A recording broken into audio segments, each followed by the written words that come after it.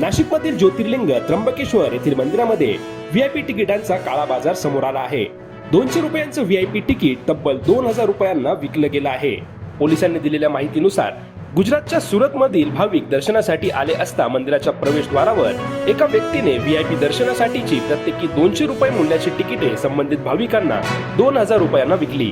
मात्र दर्शन पाससाठी संबंधितांचा आधार क्रमांक जुळवला जातो। हे तीनही पास इतरांच्या आधार क्रमांकावर काढलेली असल्याने सुरतच्या भाविकांचे आधार क्रमांक त्यांच्याशी जुळले नाहीत। त्यामुळे मंदिराच्या प्रवेशद्वारावर असलेल्या स्कॅनिंग यंत्राने ती स्वीकारली नाहीत। साहजिकच सुरक्षा रक्षकांनी या भाविकांना प्रवेश दिला नाही आणि त्यांना बाहेर जाण्यास सांगितले।